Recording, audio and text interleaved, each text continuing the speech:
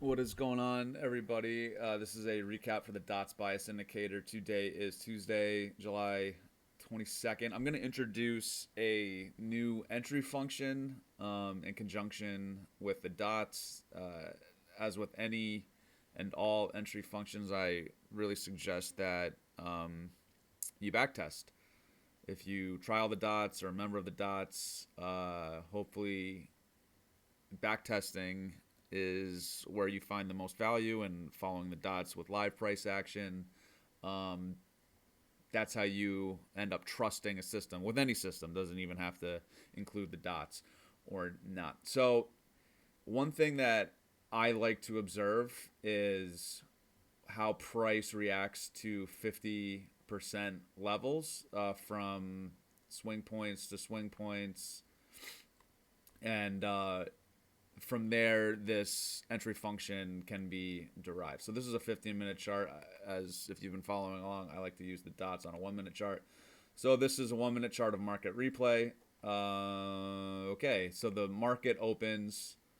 So immediately we get what I like to call the one dot entry function, where you are selling the close of the 1-minute candle that lines up with the first column of all uniformly colored dots. So red, you're looking short.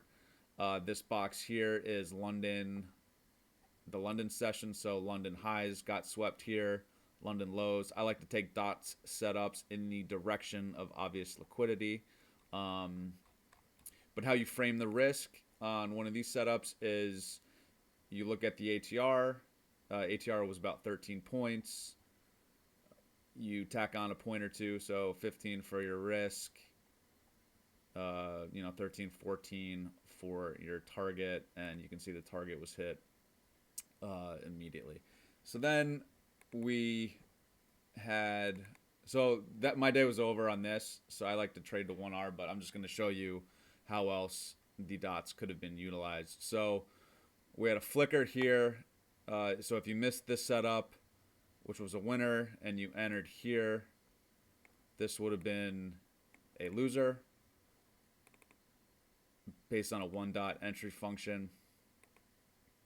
You can see this fair value gap was holding. This EMA, which is the 8 EMA, was holding. By holding, I mean the wicks. You got some trap buyers here. So price goes up, comes back. So again, 1 dot entry function here.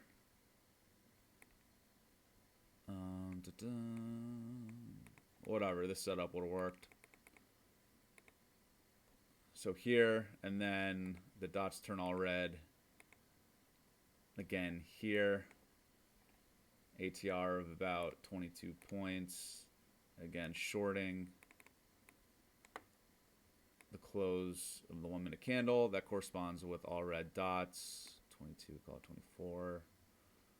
Where am I going? And then we had a huge sell-off. So the entry function that I wanted to bring up has to do with using Fibs. Let me get this other stuff off. Trading sessions. Okay, so the basic settings are for the Fibs. The 50% is the green, 61.8 is the red, 38.2 is this gray. And then for targets, negative 23 is this yellow, negative, or 123, 61.8, whatever. So in a normal functioning move with these, highs and lows, a lot of the times price will move from a 50% level to the 23% and then retrace back to the next series. So it's like from a swing. So it would move from 50. That's not it. So 50 to the negative 23, up to the 50, this green line. So that's kind of like a normal expectation. And what you get here today, I just deleted something. So what you get here today was a very thrusty move. So by thrusty, I mean so 50% to negative 61.8. And so rather than draw the fib from this high to wherever price reverses, I take the next fib from this low to wherever price ends up stopping or reversing.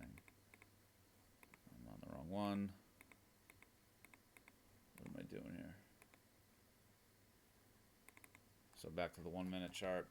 I'm sorry if this is kind of scrunched up. Okay, so this was the low, the relative low, right at 10 o'clock. And so what I was looking for is this extension fib, so 50% to 61.8. And all I was really looking for was a move from this 93.5 area to 175 area. So risk 20 to make 20-ish. So you got the red dots, so we're bearish price action. Basically looking for this 50% level to get respected. And basically just a scalp from this 50% level to the 38.2. Again, so we had red dots, this fib extension, draw the fib from the low to the low, and look for the 50% area to get some kind of reaction, and you can see it got it pretty quickly. If price was really trendy, I would be looking for new lows to get tagged, but I was just looking for a scalp on this one. So 50% area to the 38.2, so like about 20 points. So that was a entry function that you could have taken, again, in conjunction with the red dots. So we had a bunch of one dot entry functions. You know, this one worked, this one didn't, this one worked, this one worked. So that was good enough for me.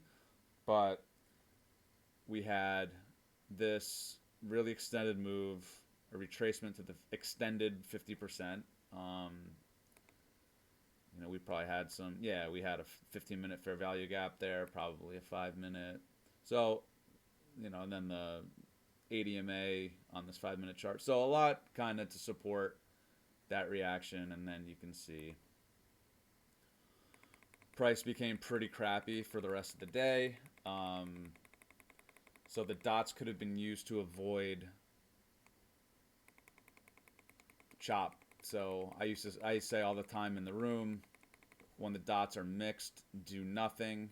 When the dots are all red, look short, all green, look long. But when the dots are mixed, do nothing. And you can see pretty crappy price action for the balance of the morning after this nice move lower that the dots captured.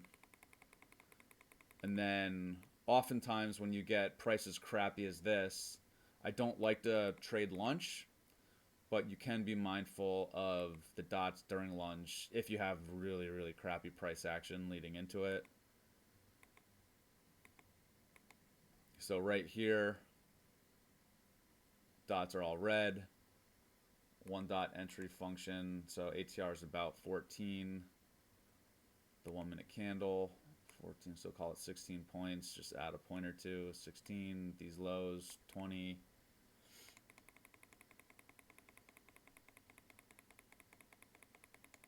So this one kind of took a while, but this one worked. And then we had another one dot entry function right here. Right here, ATR, again, pretty similar. And there you go. So pretty crappy price action from, call it like 10:30 to 12:30-ish, 12-ish. Dots worked here, dots worked here, and then the afternoon is pretty crappy. So hope that helps. If you have any questions about Fibs or the dots, just feel free to reach out. Yeah, 7-day free trial, link in the bio if you want to try the dots out. Thanks, have a good one.